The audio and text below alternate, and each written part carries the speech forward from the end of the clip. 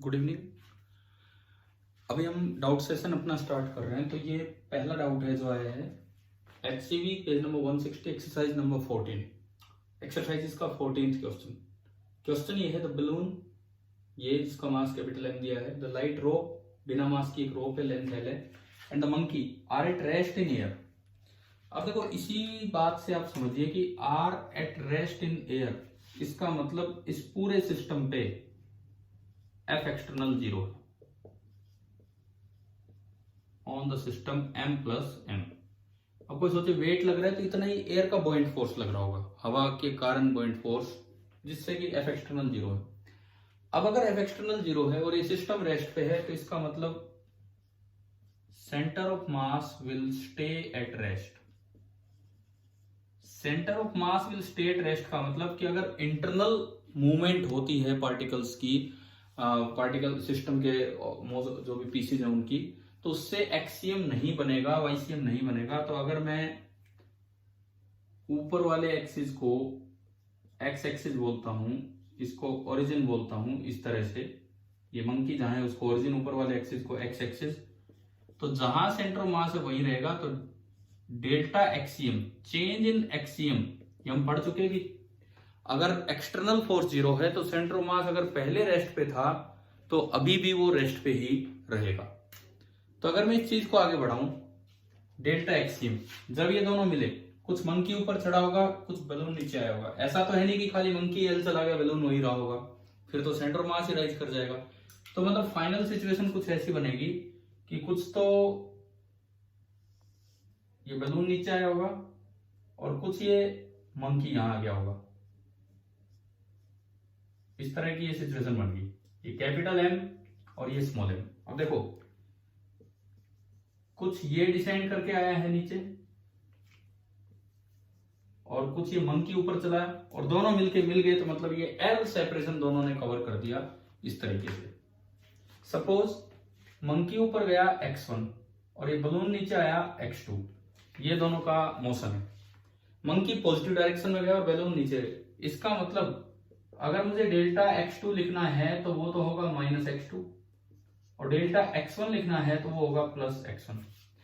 अब delta axiom 0, मैं इस चीज को आगे बढ़ाऊं, delta x cm is equal to 0, it means m1 small m into delta x1 plus m2 balloon capital M into delta x2 and this will be equal to 0। अब मैंने values put की, m into delta x1, now delta x1 is x1 plus capital M into delta x2 that is minus x2 and this is equal to 0। तो मेरे पास एक equation आ गई, m into x1 minus capital M into x2 is equal to 0। लेकिन variable तो दो है, x1 और x2। तो एक चीज यहां से आप देखो कि कुछ ये चला कुछ वो चला और दोनों ने मिलकर जो डिस्टेंस कवर की वो L की। अब साइन की बात नहीं हो रही, अब डिस्टेंस की बात हो रही है। x1 डिस्टेंस चला है, ये x2 डिस्टेंस चला है, तो जो दूसरी इक्वेशन बनेगी वो बनेगी x1 plus x2 is equal to L। अब क्वेश्चन में देखो कि आपको x1 निकालना है, x2। इन्होंने पूछा है कि भाई what distance does the balloon descend, balloon का ये जो डिस्टेंस चला है वो x2 है। तो soul equation 1 and 2 for x2 निकालना है तो x1 गायब करना होगा। तो हम क्या करें, इक्वेशन नंबर 2 को मल्टीप्लाई कर दें m से, स्मॉल m से, और उसमें से सब्ट्रैक्ट कर दें इक्वेशन नंबर 1, तो अपने आप x2 आ जाएगा। इक्वेशन नंबर 2 को मल्टीप्लाई कर दें m से, तो देखो mx1 से mx1 कटेगा, ये स्मॉल m x2 और ऊपर है माइनस माइनस प्लस हो जाएगा कैपिटल M x2। तो आप अगर इसको आगे बढ़ाते हैं तो आपकी जो इक्वेशन बनेगी